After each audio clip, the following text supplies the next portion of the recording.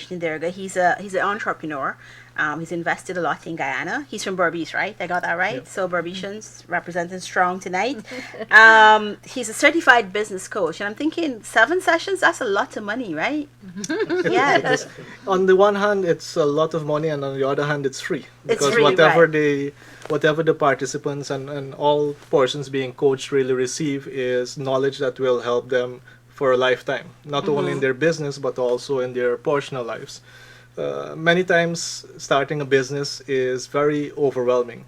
I was fortunate enough to come from a family that has over 100 years of business experience. So Oh, I got goodness, I got that's a a lot lot of of coaching years. and Right, mentoring right. in-house.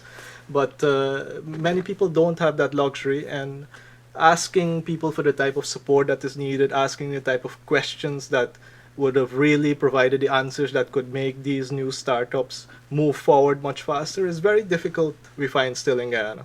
At the Chamber of Commerce, we do our best, but really creating that platform where new businesses, existing businesses are able to sit on a weekly basis and go through a structured program, learning all the items that are necessary, such as the ability to focus, making sure that you can focus on your goals, ensuring that you get cash flow into your business as early and as quickly as possible, because without cash flow, you die.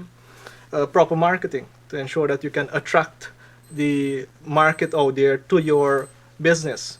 Sales, how do you close it? Attracting people is one thing. How do you close a sale? Yeah. How do you ensure that your team, so that eventually we want all the finalists as well to develop teams, that it will not be a situation where they will always be needed. And I'm sure you know of businesses where without the owner, the business dies.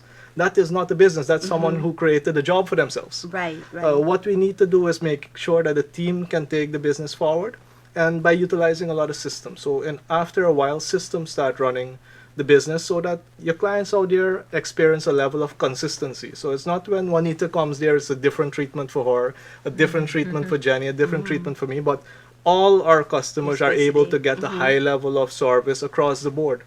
And then, getting the results. Nobody starts a business because they want to work forever and work the long hours. I know sometimes we make entrepreneurship and doing business sound so attractive and sound so easy. It is far from that. Yes. And if you're not well prepared, I think the statistic is 80% of new businesses fail within the first 5 years.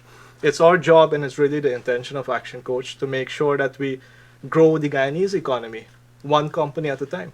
If we grow strong companies, we create more jobs, we get more taxes in, we can get more development that Guyana really needs. So we're going to play our part, and we hope our finalists play their part as well. Well, we hope so too. It's interesting that you talk about that, and that, ladies and gentlemen, is probably worth $1 million. All the things you just talked about. So just so you just had a fruit That's of what all we of Guyana just got. You all got that. I have to say that we talk about businesses and growing your business and developing it. I'm going to have to.